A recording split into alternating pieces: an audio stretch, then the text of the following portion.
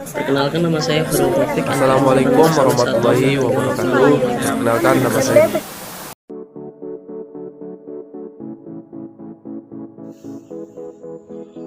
Assalamualaikum warahmatullahi wabarakatuh. Alhamdulillahilladzi an'amana bi ni'matil iman wal islam wa nusolli wa nusallimu ala khairil anam Sayyidina Muhammadin sallallahu alaihi wasallam. Amma ba'du. Yang terhormat khususnya kepada Ibu dosen Maya Melita MPD selaku dosen pengampu mata kuliah Hukum Perlindungan Konsumen, dan tidak lupa kepada kawan-kawan senasib seperjuangan yang insya Allah dirahmati Allah Subhanahu wa taala dan saya banggakan. Di sini saya sebagai moderator dari kelompok 7 akan memandu jalannya presentasi pada kesempatan kali ini. Di sini kita akan membahas mengenai ketentuan pencantuman klausula baku. Sebelum kita masuk ke dalam pembahasan, izinkanlah kami untuk memperkenalkan diri sejenak. Nama saya Hurul Taufik, NPM 1821030365. Terima kasih. Nama saya Alvinda Widasari, NPM 1821030226. Assalamualaikum warahmatullahi wabarakatuh. Nama saya Ria Ristia Dewi Amron. Nama saya Ahmad Rifki Zarazi selaku pemateri. Kenalkan nama saya Nuril Aditya Yoga, NPM 1821030407. Assalamualaikum warahmatullahi wabarakatuh. Nama saya Muhammad Rizky Kurniasandi, NPM 17210308. Assalamualaikum warahmatullahi wabarakatuh. Perkenalkan, nama saya Bitian Cikasema. Di sini saya sebagai pemateri kedua. Di sini saya sebagai pemateri pertama. Pengertian klausula baku. Klausula baku biasanya dibuat oleh pihak yang kedudukannya kuat, yang dalam kenyataan biasa dipegang oleh pelaku usaha.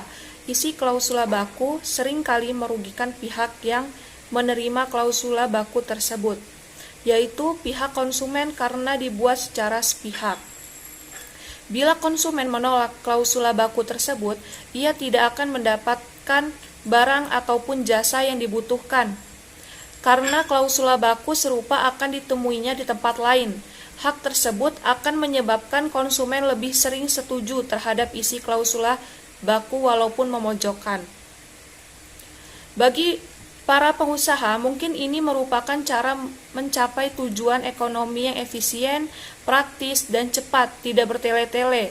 Tetapi bagi konsumen justru merupakan pilihan yang tidak menguntungkan karena hanya dihadapkan pada suatu pilihan, yaitu menerima walaupun dengan berat hati. Istilah perjanjian baku merupakan terjemahan dari standard contract. Baku berarti patokan dari acuan. Perjanjian baku yang isinya dibakukan dan dituangkan dalam bentuk formulir.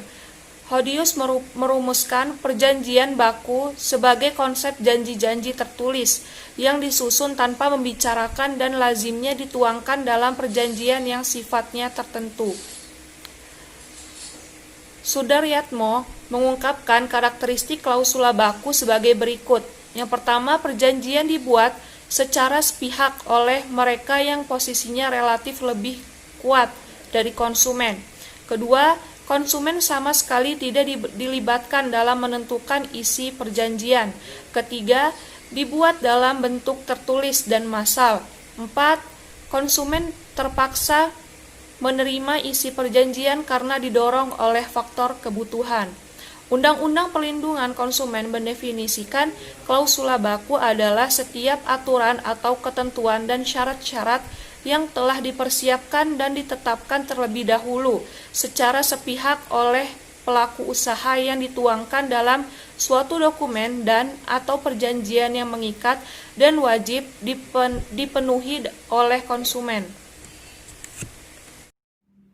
Adapun klausula eksonerasi adalah klausula yang dicantumkan dalam suatu perjanjian di mana satu pihak menghindarkan diri untuk memenuhi kewajibannya membayar ganti rugi seluruh atau terbatas yang terjadi karena ingkar janji atau perbuatan melawan hukum.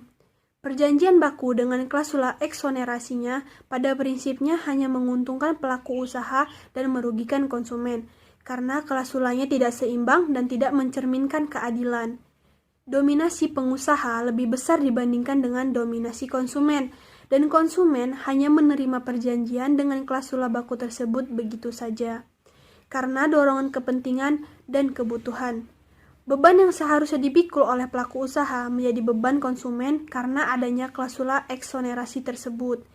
Perjanjian eksonerasi yang membebaskan tanggung jawab seseorang pada akibat-akibat hukum yang terjadi karena kurangnya pelaksanaan kewajiban-kewajiban yang diharuskan oleh perundang-undangan, antara lain tentang masalah ganti rugi dalam hal perbuatan ingkar janji. Ganti rugi tidak dijalankan apabila dalam persyaratan eksonerasi tercantum hal itu. Akibat kedudukan para pihak yang tidak seimbang, maka pihak lemah biasanya tidak berada dalam keadaan yang betul-betul bebas untuk menentukan apa yang diinginkannya dalam perjanjian. Dalam hal demikian, pihak yang memiliki posisi yang lebih kuat biasanya menggunakan kesempatan tersebut untuk menentukan klausula-klausula tertentu dalam perjanjian baku. Sehingga perjanjian yang seharusnya dibuat oleh para pihak yang terlibat dalam perjanjian tidak ditemukan lagi dalam bentuk perjanjian baku. Karena format dan isi perjanjian telah dirancang oleh pihak yang kedudukannya lebih kuat. Oleh karena yang merancang format dan isi perjanjian adalah pihak yang memiliki kedudukan yang lebih kuat, tentu saja dapat dipastikan bahwa perjanjian tersebut memuat klausula-klausula yang menguntungkannya, serta bukan tidak mungkin juga meringankan atau menghapuskan beban dan kewajiban tertentu yang seharusnya menjadi tanggung jawabnya. Sekian akan dilanjutkan oleh pemateri selanjutnya. Yang B. Pencantuman klausal baku. Undang-Undang Perlindungan Konsumen Pasal 18 Ayat 1 melarang pelaku usaha mencantumkan klausal baku pada setiap perjanjian dan dokumen apabila 1. Pelaku usaha dalam menawarkan barang dan jasa yang ditunjukkan untuk diperdagangkan dilarang membuat atau mencantumkan klausal baku pada setiap dokumen dan perjanjian apabila yang A. Menyatakan penagihan tanggung jawab pelaku usaha. Yang B. Menyatakan bahwa pelaku usaha berhak menolak menyerahkan kembali barang yang dibeli konsumen. Yang C. Menyatakan bahwa pelaku usaha berhak menolak menyerah kembali uang yang dibayarkan atas barang dan jasa yang dibeli oleh konsumen. Yang D. Menyatakan pemberian kuasa dari konsumen kepada pelaku usaha baik secara langsung maupun tidak langsung untuk melakukan segala tindakan sepihak yang berkaitan dengan barang yang dibeli oleh konsumen secara angsuran. Yang E. Mengatur perihal pembuktian atas hilangnya kegunaan barang atau pemanfaatan jasa yang dibeli oleh konsumen. Yang F. Memberi hak kepada pelaku usaha untuk mengurangi manfaat jasa atau mengurangi harta kekayaan konsumen yang menjadi objek jual beli jasa. Yang G. Menyatakan tunduknya konsumen kepada peraturan yang berupa aturan baru, tambahan, lanjutan, atau pengubahan lanjutan yang dibuat sepihak oleh pelaku usaha dalam masa konsumen memanfaatkan jasa yang dibelinya. Yang H. Menyatakan bahwa konsumen memberi kuasa kepada pelaku usaha untuk pembebanan hak tanggungan, hak gadai atau hak jaminan terhadap barang yang dibeli oleh konsumen secara angsuran. Yang ketiga, setiap klausul baku yang telah ditetapkan pelaku usaha pada dokumen atau perjanjian yang memenuhi ketentuan sebagaimana dimaksud pada ayat 1 dan 2 dinyatakan batal demi hukum. Yang keempat, pelaku wajib menyesuaikan klausul baku yang bertentangan dengan undang-undang ini. Penjelasan ayat 1. Larangan ini dimaksudkan untuk menempatkan kedudukan konsumen setara dengan pelaku usaha berdasarkan prinsip kebebasan berkontrak. Huruf A, apabila kita cermati substansi pasal 18 ayat 1, yaitu larangan membuat atau mencantumkan klausul baku pada setiap dokumen dan atau perjanjian yang menyatakan pengalihan tanggung jawab pelaku usaha. Seharusnya larangan tersebut dibatasi hanya untuk jangka waktu 4 tahun sesuai ketentuan pasal 27 huruf E UU PK. Pasal ini menentukan pelaku usaha yang memproduksi barang-barang dibebaskan dari tanggung jawab atau atas kerugian yang diderita konsumen apabila lewatnya jangka waktu penuntutan 4 tahun sejak barang dibeli atau lewatnya jangka waktu yang diperjanjikan. Oleh karena itu, ketentuan ini berlebih karena sama sekali menutup kemungkinan bagi pelaku usaha untuk lepas dari tanggung jawab dengan cara mencantumkan dalam klausul baku. Huruf B. Menyangkut larangan mencantumkan klausula baku yang menyatakan bahwa pelaku usaha berhak menolak penyerahan kembali barang yang dibeli konsumen sebagaimana tersebut dalam pasal 18 huruf B. Sebaiknya ada batas waktu yang wajar. Huruf C. Pasangan dari larangan klausula baku yang menyatakan bahwa pelaku usaha berhak menolak penyerahan kembali uang yang dibayarkan atas barang dan jasa yang dibeli oleh konsumen. Jadi, pelaku usaha dilarang untuk tidak menerima kembali barang yang sudah dijualnya dan tidak mengembalikan uang yang telah diterimanya sebagai pembayaran atas barang tersebut, tetapi tentu saja jika pengembalian barang tersebut dengan alasan-alasan yang dibenarkan oleh hukum.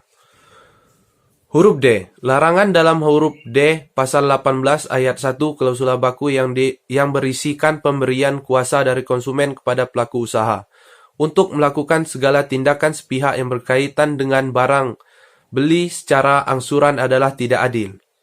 Di samping itu, dapat dikualifikasikan sebagai penyalahgunaan keadaan konsumen. Demikian juga ketentuan pasal 18 ayat 1 huruf F dan H. Ingin menjelaskan atau melanjutkan materi yang telah disampaikan oleh teman saya sebelumnya, yaitu mengatur perihal pembuktian atas hilangnya dan kekurangan kegunaan barang dan pemanfaatan jasa yang dibeli oleh konsumen. Apabila larangan klausul baku terbatas, maka pelaku usaha dapat memanfaatkan kelemahan aturan yang ada dengan menunjuk pada persoalan berkurangnya kegunaan barang atau jasa di dalam suatu klausul baku. Selanjutnya huruf G, khusus menyangkut larangan dalam pasal 18 ayat 1 huruf G, bahwa ketentuan ini dimaksudkan untuk melindungi konsumen. Akan tetapi dengan ketentuan ini banyak pelaku usaha merasa dirugikan, terutama pihak perbankan. Pasal tersebut tentu saja dimaksudkan untuk melarang praktik pembuatan klausul semacam itu, hanya saja jika tidak ada kemungkinan pengecualian larangan tersebut. Oleh karena itu dapat dipastikan bahwa penjual jasa tertentu, terutama bank, tidak akan mematuhi ketentuan tersebut, dan kalaupun bank mematuhinya.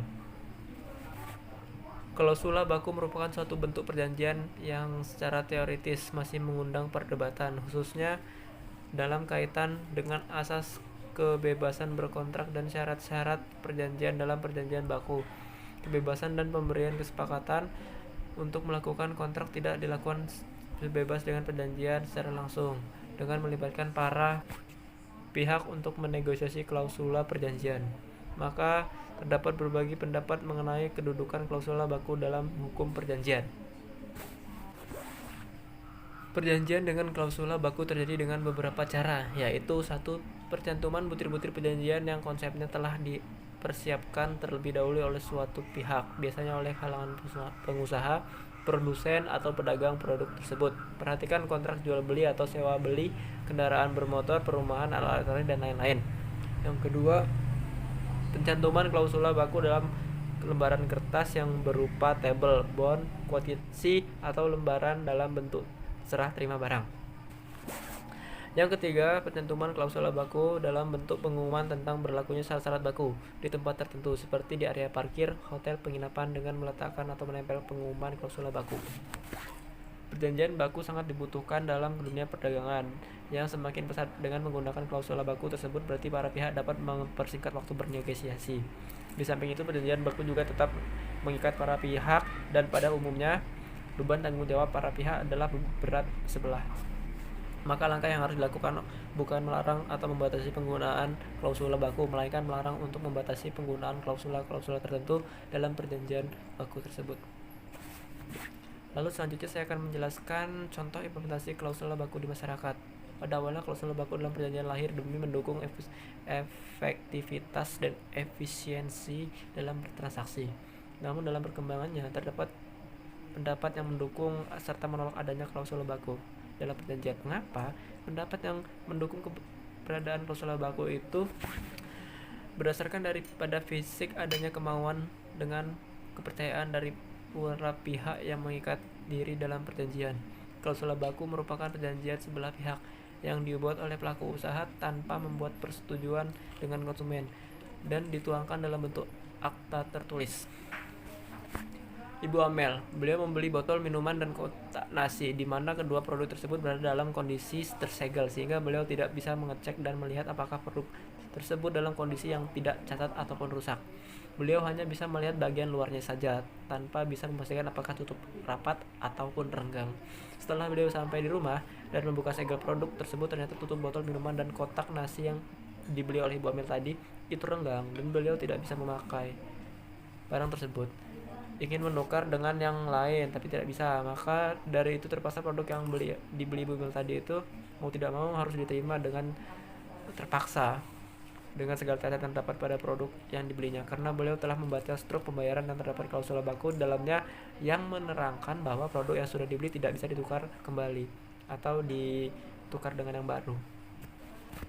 Nah, maka dari kejadian tersebut yang sangat dirugikan adalah Ibu Amel. Dan beliau akan berjanji pada diri sendiri tidak akan membeli lagi di toko tersebut atau di pasar tersebut atau di swalayan tersebut, karena Ibu Amel itu merasa dirinya telah dirugikan. Dari adanya klausul ini, maka minat konsumen untuk membeli suatu barang produk di suatu tempat, di toko atau di swalayan menjadi sangat berkurang. Tapi pihak swalayan dengan adanya klausul baku ini sangat diuntungkan. Mengapa? Karena pihak swalayan atau toko tidak bertanggung jawab atas produk yang telah rusak, produk yang cacat. Karena semua kerusakan atau kecacatan telah ditanggung semua oleh konsumen, tanpa menerima klaim setelah barang tersebut telah dibayar atau dikeluarkan struk pembayarannya. Aduh, aus bener nih, nggak ada air lagi. Lah, ada orang jualan di rumah gua. Oh, ya harus jualan bang, nyari rezeki nih bang. Ya ini rumah gua tapi gila. Lah, emang apa? Kan nggak apa-apa. Udah Kan kita minum. temen. Bang, jual kan ini? Wah ini jual semua ini, nggak ada yang nggak dijual. Harga diri doang yang nggak dijual. Apa ini? Tidak ada pengembalian barang yang sudah dibeli. Iya bang. Tidak Dibaca, ada Doi. barang. Iya harus dibaca dulu. Jadi kalau misalnya gua beli barang-barang ini, oh nggak boleh dibalikin lagi gitu ya? Iya, soalnya sudah dibeli, tidak ada pengembalian barang. Bang, kebetulan bener dah gua haus nih. Ini aku berapaan? Oh ini cuma 1 juta bang. Terus lagi Bercanda bang, 1.000 bang. 1.000 doang. Iya. Bentar gua haus bener nggak tahan gua. Udah kayak jadi orang Zimbabwe aja gua nyari air susah.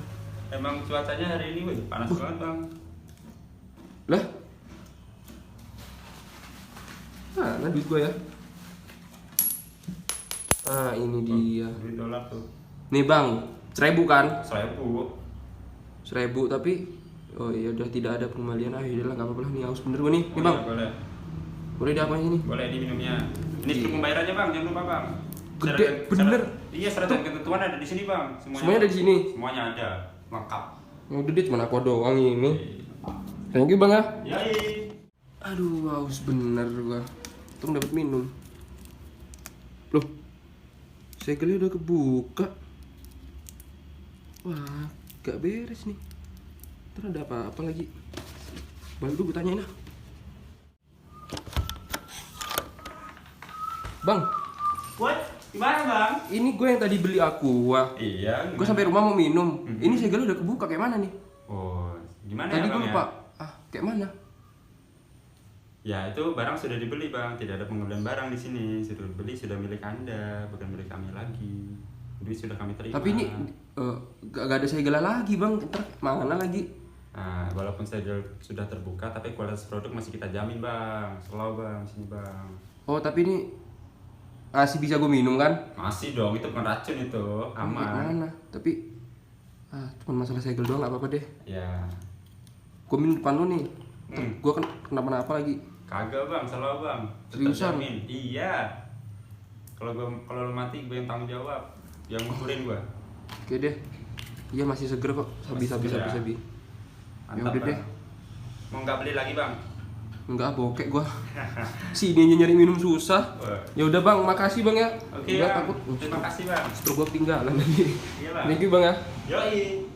Nah itu dia salah satu penerapan dari klausul baku yang diterapkan oleh pelaku bisnis. Nah, jadi pelaku bisnis boleh menerapkan klausul baku ini selama tidak melanggar aturan-aturan di undang-undang.